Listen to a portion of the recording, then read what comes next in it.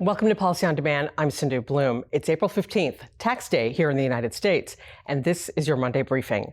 Much has happened since last week, including the issuance of proposed regulations on the excise tax on certain repurchases of corporate stock.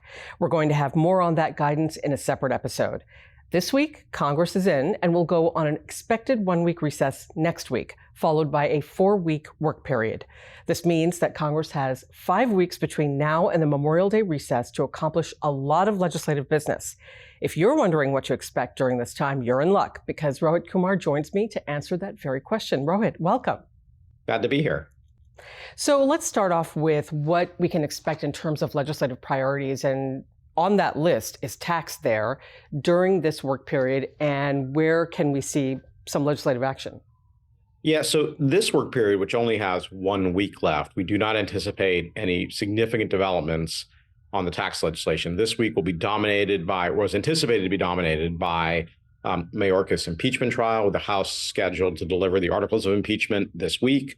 The Senate needs to process the FISA extension that the House passed last week. And then there's ongoing questions about what's going to happen with the supplemental funding bill that the Senate passed several weeks ago, months ago now, actually, dealing with additional funding for Israel, Ukraine, and Taiwan. And that issue has obviously only gotten a little bit more complicated and more on the sort of forebrain with the recent developments over the weekend. So that is a lot for this week. They may not even be able to do all of that this week. But as you have just heard, tax does not have a seat at the table, at least for the remaining period of this work period.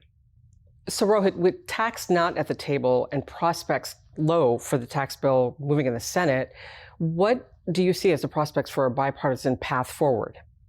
Well, the only way that this bill gets to the president's desk out of the Senate is some sort of bipartisanship. Now, that bipartisanship could come in two varieties. Variety one, and the sort of more guaranteed path were to materialize, would be some sort of agreement between Ranking Member Crapo, the top Republican on the Senate Finance Committee, and Chairman Ron Wyden, the Democratic chairman of the Senate Finance Committee. If they reached an agreement, then you would nearly be assured passage into the president's desk. The challenge is those two individuals are not really talking about this issue right now. They have found common cause on other issues, but not on this one. And so I think the general hopes for a bipartisan agreement between the two chief tax writers in the Senate is pretty low. Bipartisanship in the other variety comes if the proponents of the bill, and there are Senate Republican proponents of the bill who have publicly broken with Ranking Member Crapo as to whether or not they would vote for the bill in its current form, can those individuals round up 10, 12 Senate Republicans in toto to join with the overwhelming majority of Senate Democrats to produce 60 votes for the bill? There is an effort underway. Whether it will be successful is as yet unknown. And then the other variable here, of course, is when, if at all, does Senator Schumer decide to put this thing on the floor for a vote to see if there are 60 votes for the bill? There's always a little bit of a chicken and egg problem. You might not know you have 60 until you say you're going to have a vote. But so far, Senator Schumer seems to have been unwilling to put this bill up for a vote until he was assured of having 60 votes. And herein lies the stalemate in which we find ourselves.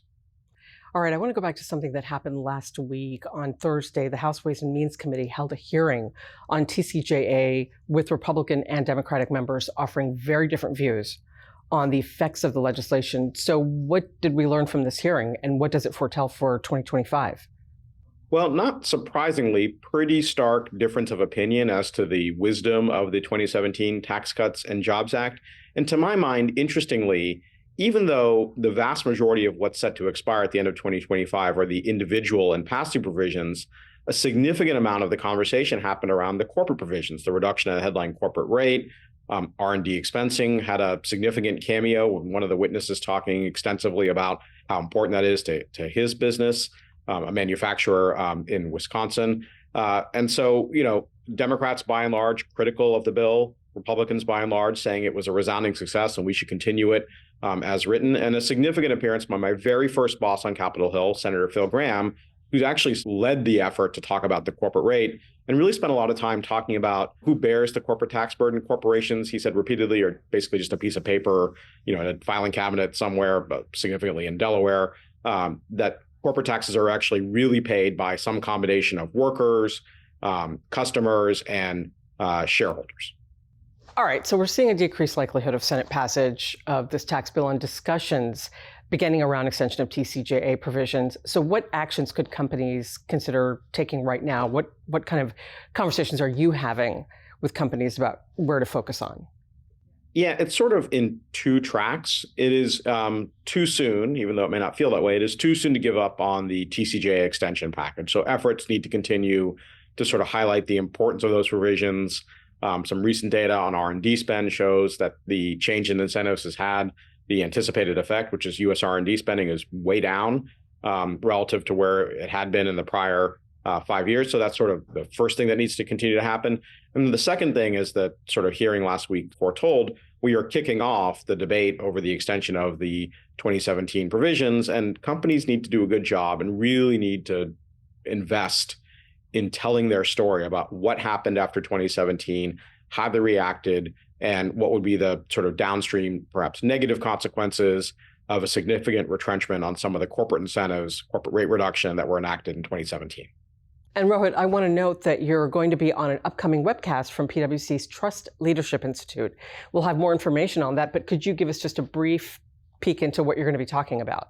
Yeah, so we're going to be talking about the results of PwC's 2024 Trust Survey and the way in which business leaders can close the trust gap with various key stakeholders, whether that's employees, customers, or even folks in the regulatory space and on Capitol Hill in my old stomping ground. So look forward to that.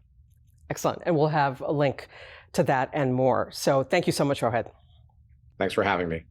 And as I mentioned at the top, there will be an episode on the proposed regulations on the excise tax on certain repurchases of corporate stock. When that episode is live, it will be available on our website and linked in the description of this episode, along with other POD episodes. You'll also find other links there to various webcasts. In the meantime, we hope you have a fantastic week, and thank you so much for joining us. Take care.